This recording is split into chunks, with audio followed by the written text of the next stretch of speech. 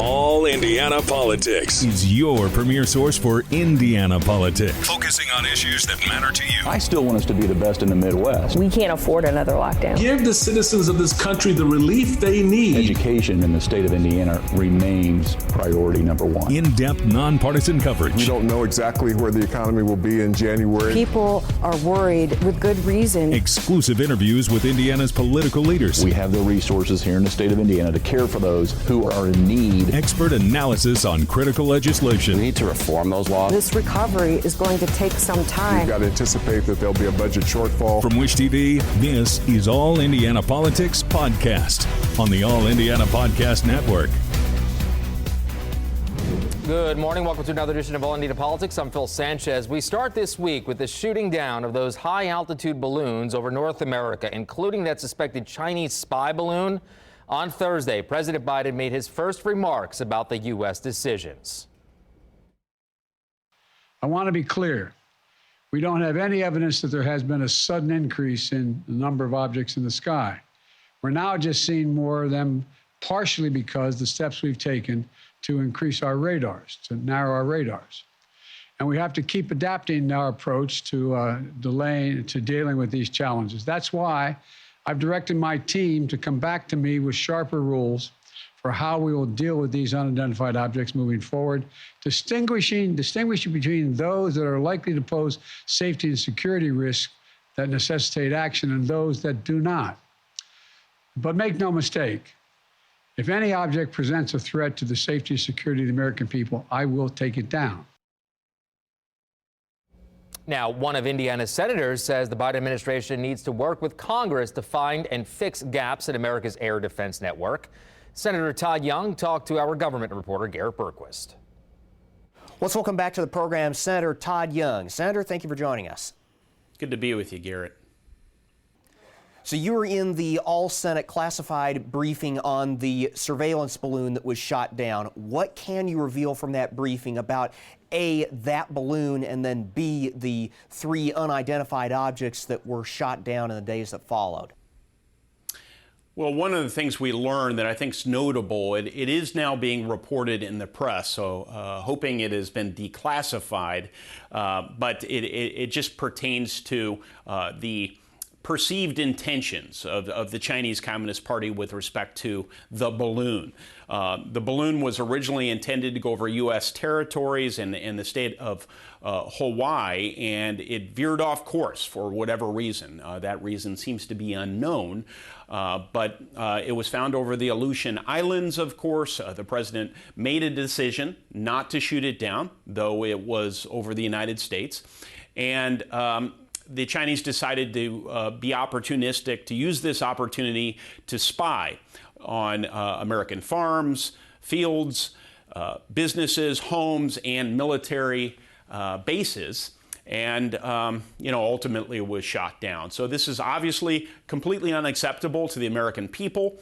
It should be unacceptable to all of our federal leaders, as it is me.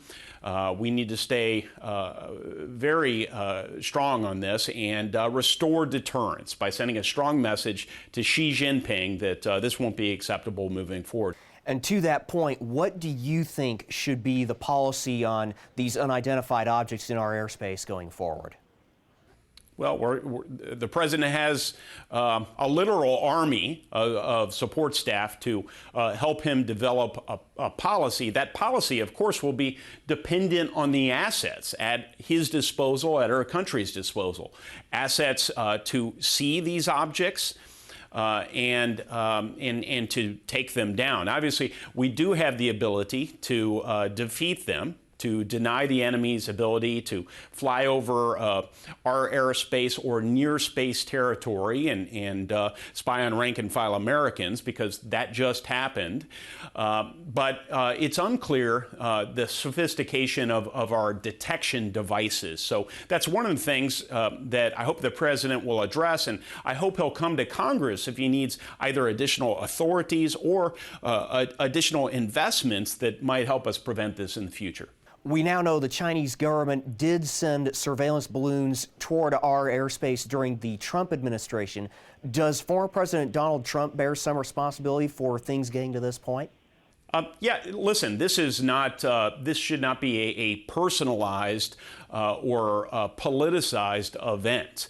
I think any criticisms that we have, and I've had some, ought to be in furtherance of our national security. As we look back, were errors of judgment made? They no doubt were. As we look back and try and figure out why Xi Jinping wasn't deterred. Why was he not deterred from flying a big balloon the size of 4 buses over the United States of America? That's the biggest question. And then we need to remedy that so it doesn't happen moving forward. What can you tell us about the 3 currently unidentified objects that were shot down in the days after the balloon?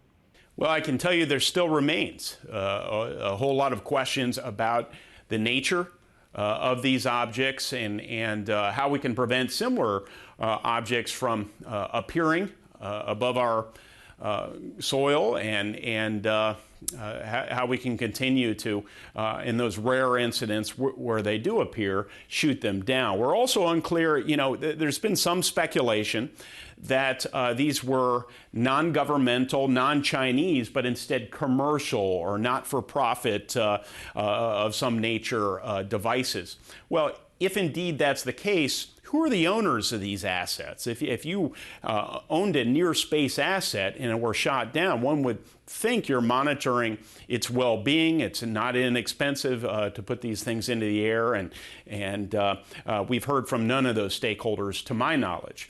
But that's yet another reason the president needs to clarify with his army of staff and advisors what's going on, what information or intel gaps exist, and how we can close those gaps moving forward.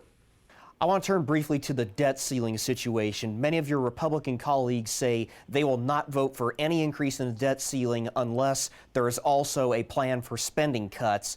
Is that worth the risk to the credit of the United States and the potential fallout from a credit default? Well, let me reshape the question, and I'll answer that question with a related question at once. Is the president's insistence that he won't negotiate with anyone after the American people voted for divided government a reasonable position for the President of the United States when he's requesting legal authority from the Congress of the United States to borrow more money? I think his position is untenable. And I have long had a position that it's untenable not to pay our bills. But I'll say this. I think we need to use this moment of leverage to get some spending concessions. The American people know that for a number of years, Washington has spent trillions of dollars on things we don't need, with money we don't have, and that has to be remedied. The president needs to work with Republicans in Congress to come up with a more fiscally sound long-term plan. Medicare and Social Security have both been taken off the table. That's a pretty big chunk of the federal budget right there. How can we expect any meaningful budget reform if large programs such as those are taken off the table all the time? I'm really glad you asked that question, Garrett, because I think it's been an abdication of leadership in a bipartisan fashion of failing to acknowledge to the American people what they already know. They know that Social Security, Medicare, Medicaid have been, the monies dedicated towards those programs have been diverted for other purposes by previous generations and the current generation of Washington politicians. And I've been talking about this ever since my first campaign. But too many people have been deceiving the American people. So let's begin with honesty. Then let's come up with a bipartisan plan to finally make these very, very important programs solvent. And we can do that in a way that brings everyone along. We got to make sure that our seniors, those who are currently retired, receive the sort of retirement they were promised by the American people through their elected representatives. Senator Todd Young, thank you for your time. Thanks, Garrett. All right, coming up, we hear from Indiana's House leaders on a couple of measures that affect your child's education.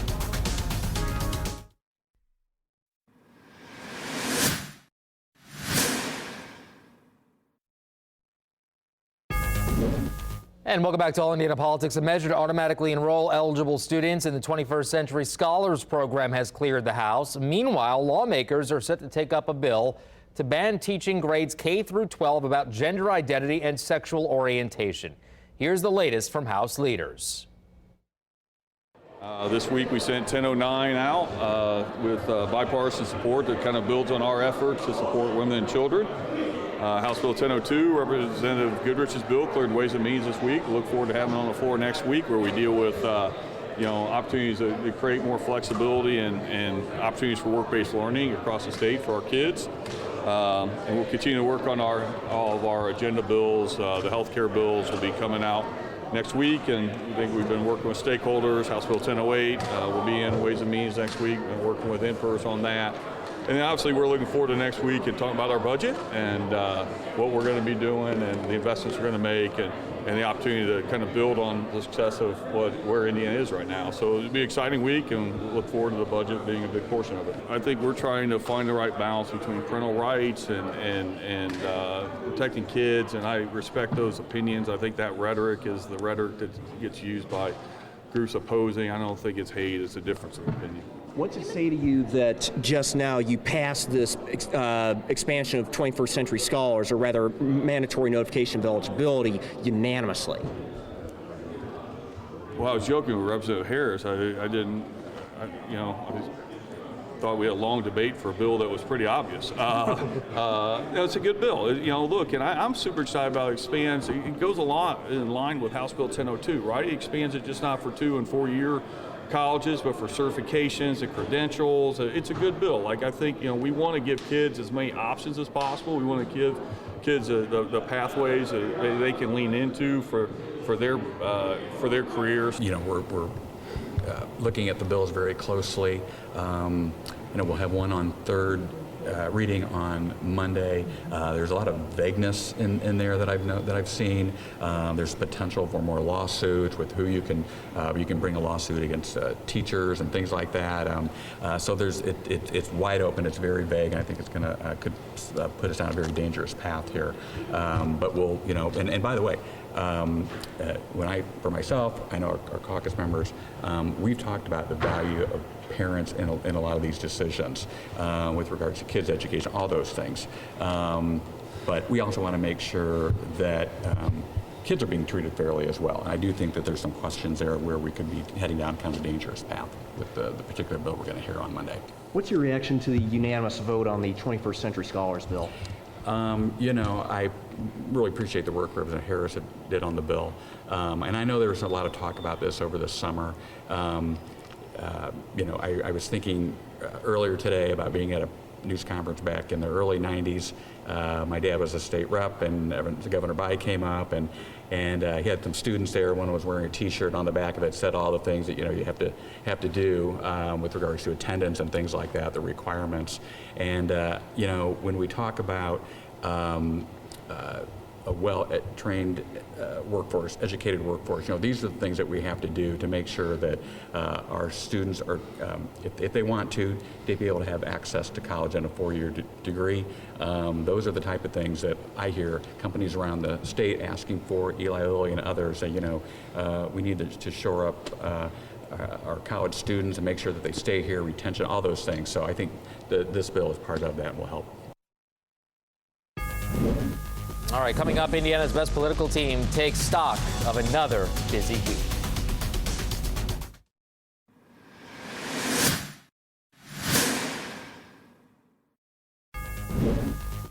And welcome back to All Indiana Politics on this Sunday morning as we welcome in 2 members of Indiana's best political team, former Marion County Republican Chairman Tom John and our newest team member, Destiny Wells, Deputy Chair for the Indiana Democratic Party. Welcome to the family, Destiny. Happy to be here. Yeah, we'll start this week by talking education. We know lawmakers will take up a version of the Don't Say Gay bill on Monday. Destiny, let's start with you this week. Can Democrats get enough support to keep these bills from passing? Well, I don't think it's just about Democratic support. I think it's the public at large. I know that the ACLU has members of the public who will be showing up to the House bright and early on Monday morning. That bill will start to be heard at 8 in the morning. And so with that bill, we are seeing a repeat of bills across the nation pushed forward by ALEC that attack the rights of the youth to be able to live their lives freely in public schools and not be cast aside and felt othered by our education system. So I am optimistic that they will be in full force on Monday to let the State House, the super majority Republicans, know that they are not happy with this bill. Tom, your thoughts on this? Well, I think, oftentimes you see a lot of discussion about bills before they ever go anywhere, and then they don't go anywhere. Every legislator has a right to introduce bills, and oftentimes bills get heard and never heard from again. I think the business community will be important to the discussion too, along with both Republicans, Democrats, and community members, and we'll see where it goes. Tom, are you concerned that Republicans are maybe in danger of going too far on some of these education bills? I think anytime you're going before the General Assembly and making decisions that affect how we're perceived nationally, it's important to take a step back and say, okay, what's the line where we're addressing concerns by our citizens, but by the same token, not painting the state with a brush that's not one that's attractive to bringing in new talent and new companies. Destiny, I saw you shaking your head in agreement. I agree with Tom John on this one. And, we have talked a lot about parents' rights. This was something that was put forward by Attorney General Rokita. When he entered office, he came up with a parents' right handbook. And this is kind of the fruits of that handbook. And so we have certain parents who have come forward that think that marginalizing a certain part of the youth community is best for their child. But we need to be reminded that it is the community at large, the tax base that pays for these schools, and we have to do what is best for the community and not just for the wants of a minority of parents. Well, certainly a divisive topic. We'll see what happens. I want to switch topics now. We heard from Senator Young about the president's actions to shoot down the high altitude objects. Tom, did his explanation make any difference for you? The president's explanation or the senator's? Either. The senators specifically, though, but either. Okay. I think it's interesting here. All of a sudden in a week, we have 4 balloons, and looking into this a little bit, apparently we weren't looking for things before. That's a little bit concerning as to what else has gone on previously. I mean, I'm inclined to take our leaders at their word until they give us reasons not to, and I believe Senator Young is a great patriot and somebody who served our country both in uniform and well in the Senate. So I will take his words, but I'm going to watch with interest how many. Are we going to have 3 balloons a week now? Are we going to have other things that have gone on that we didn't know? Well, Destiny, we should point out you've also served as well, and thank you for your service. So your thoughts on this one? I think this is pretty straightforward in that NORAD has came public that it had a gap in its intelligence and surveillance, that it did not know about these aerial incursions that were happening. If people want to cast stones at President Biden's administration briefed the former President Trump's administration very recently, to include former Secretary of Defense Secretary of State. And so these administrations are trying to work together because these balloons were entering our airspace during the Trump administration, and we only now know. This is actually a great opportunity for some unity in the pursuit of better national security. Speaking of the Trump administration, Destiny, former Vice President Mike Pence says that he will fight the subpoena from the special counsel all the way to the Supreme Court. Does this legal fight, in your opinion, damage his potential presidential campaign? Yeah, he is walking a thin line. So lately, he wants to be now known that he was acting in a legislative capacity. That's why he is fighting the subpoena on Article 1 grounds for speech or debate, saying that he was in charge of the Senate at the time, so he should not be subject. I think he needs to pick one or the other. Was he being the vice president or was he being a legislator? So he's going to use litigation to stretch this out. So I think the public should be optimistic in that they are talking to the vice president. You flip up, he's the only person left. But if it becomes a legal question as to whether he doesn't have to answer that subpoena because of that, then it's going to take some time. Tom, 30 seconds, take us home. Well, Vice President Pence is president of the Senate. That's clearly a legislative role. And I believe he has spent his career defending our country and our institutions. I think that's what this is about, is not legal wrangling or politics, but the institutions that he wants to make sure he protects. Destiny, again, welcome to the show. We really appreciate having you. And Tom, always good to see you. We'll talk soon, and we'll be right back.